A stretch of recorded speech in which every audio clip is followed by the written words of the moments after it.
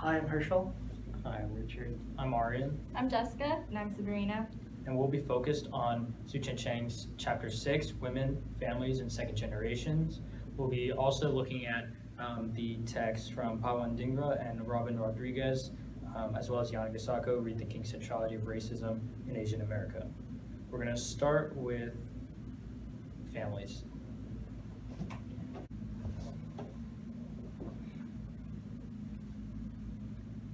I'll be focused on the families of Korean and Chinese immigrants mainly. We're going to look at early Korean families.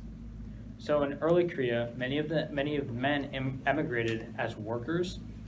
These workers either went to California or Hawaii mainly. These were the two parts where labor was most needed. In California, the farm owners would not bring families over, such as wives and children, for the men because they believed that the labor was disposable and the profit was a get-rich-quick scheme for those white owners. Therefore, productivity lessened and stable families for Koreans and Chinese didn't really exist until Chinese emigration and later into the 20th century occurred. For Koreans in Hawaii, however, it was a different story. Koreans in Hawaii had white plantation owners bring over their families.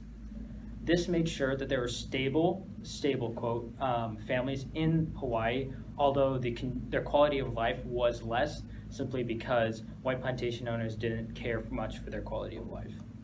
The workers, however, did have a high productivity, which can be seen in how Hawaiian Korean families have more economic mobility and economic independence than those in California. Furthermore, those same families in Hawaii emigrated to California, creating almost a direct shift between Hawaiian Korean families and Californian Korean families, both within the same community. Now I'll be talking about shifting gender roles in this family. We can look at Yanagisako's reading, Rethinking the Centrality of Racism, is that gender is an important concept that plays into family life and Asian American history. There was a shift in gender roles, where Korean women mainly would take over powerful positions in businesses and community roles. This can be seen in the Korean Women's Activist League, where Korean women would band together in fight for Korean independence from Japan, as well as domestic independence from sexism, such as women's suffrage, etc., etc. Financial independence was also common for women because they would be taking over their businesses from the weary husbands. This created a strong contingency between Japanese, Korean, and Chinese women, which all culminated in the Joint Women's League, where they would fight for independence on all fronts. The first groups of Asian who came to the United States were the Chinese. Most of them were men due to the Exclusion Act, which prevented any more Chinese from entering to the U.S. Afterwards, the women, there was a very low population of women due to the Page Act, who prevented women to the U.S. because the women were thought as prostitutes. For the Korean, a lot of the Koreans and the women and the girls accompanied their fathers and husbands to Hawaii due to the Japanese colonialism. A lot of them wanted freedom from that and freedom to continue on to their religious beliefs, which can be seen in Mary Packley's Korean American Odyssey. And then for the Japanese, it was the Gentleman's Agreement in 1907, which allowed Japanese women to enter to the U.S. A lot of these women who entered from Japan mostly entered through a process called picture brides, which, although allowed women to enter the U.S., there was regulations to that, such as the amount of money you make and the cost of the passage to travel from the U.S. to Japan, and then the men could only remain in Japan for only 30 days, which all in total, the time cost money too. So most of the times they'd rather just stay in the U.S. and have pictures sent from Japan in which their parents selected their wives for them. And then for the Punjab Indians, which can be seen in the film Roots in the Sand, a lot of the Punjab Indians ended up marrying Mexican women. A lot of that was due to the convenience, and a lot of them had the responsibilities of taking care of the lineage, and it was really hard to get women from India. Women had to take on a different role once entering into the United States. A lot of that was due to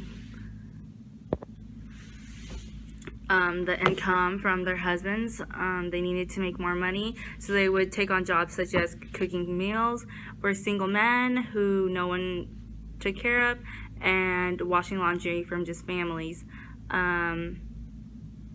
On top of all that, they also had the responsibilities of taking care of their children, getting them ready for school, and cooking for their own individual families. So I'm going to be talking about the Japanese generation. It's the ASA and Nisei generations, and that leads to our topic of second generation. So enjoy this clip provided. Here is a pre-war photo of my family, my proud parents, and my 2 older sisters in their Sunday best. My father is an Issei. He immigrated here from Japan. He is the first generation to arrive here. My mother is a Kibei, born in America but sent back to Japan for her education. My 2 older sisters and I are Nisei, the second generation in America, born here. We're Americans. Before a portrait was taken with me, the 3rd daughter, history intervened. The reason I showed this video is because I wanted to show different generations leading up to what Herschel has to say. So I'm going to talk about some of the unique challenges and the economic problems that the second generation Japanese Americans had. First is that the Nisei, or the second generation Japanese, had dual citizenship both in America and in Japan.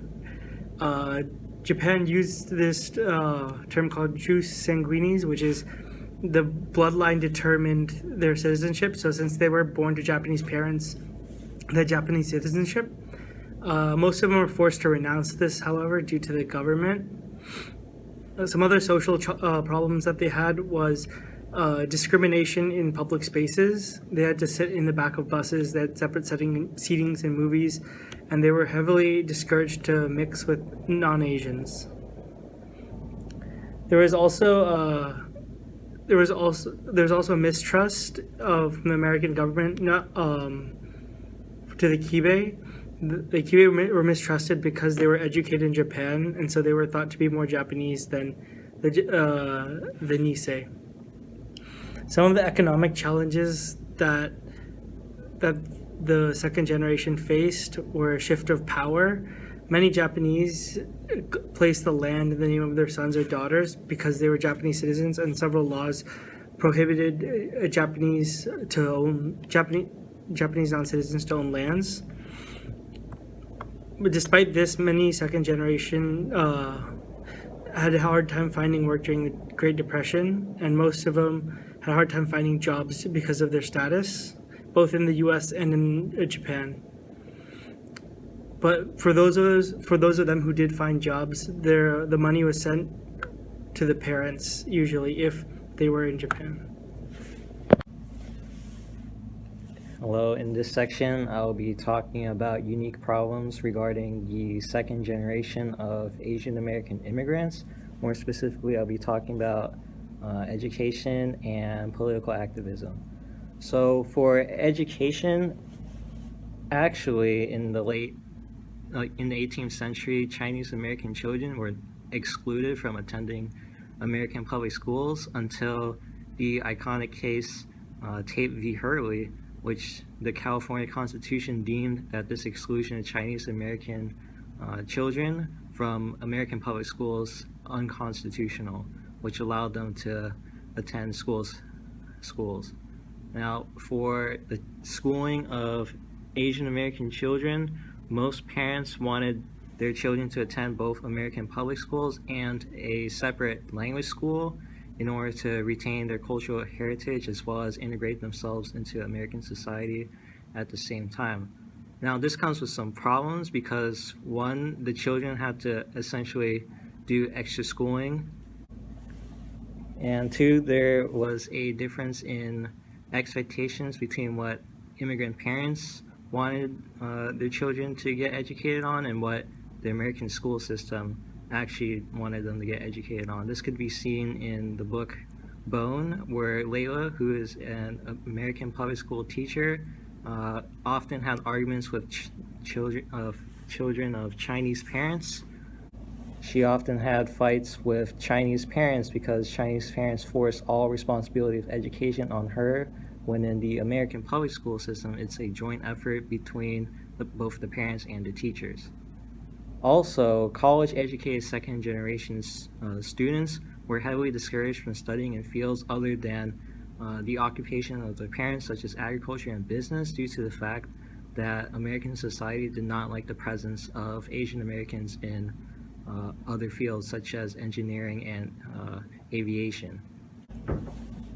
Now, as for political activism of second generation Asian Americans, most recorded information can be found with the Nisei, and they had three main methods of political activism. The first of which is what they call the bridge method, which looked to have them as mediators between the Japanese and the Americans. The second method would just be to become 200% American, and this created the Japanese American Citizens League, which fought to exemplify American traits in Japanese Americans, as well as fight against discrimination cases. And the final method, which was the more progressive method, focused on coalition building between other minority groups in order to fight for things such as labor rights and such. That concludes our presentation, and thanks for listening.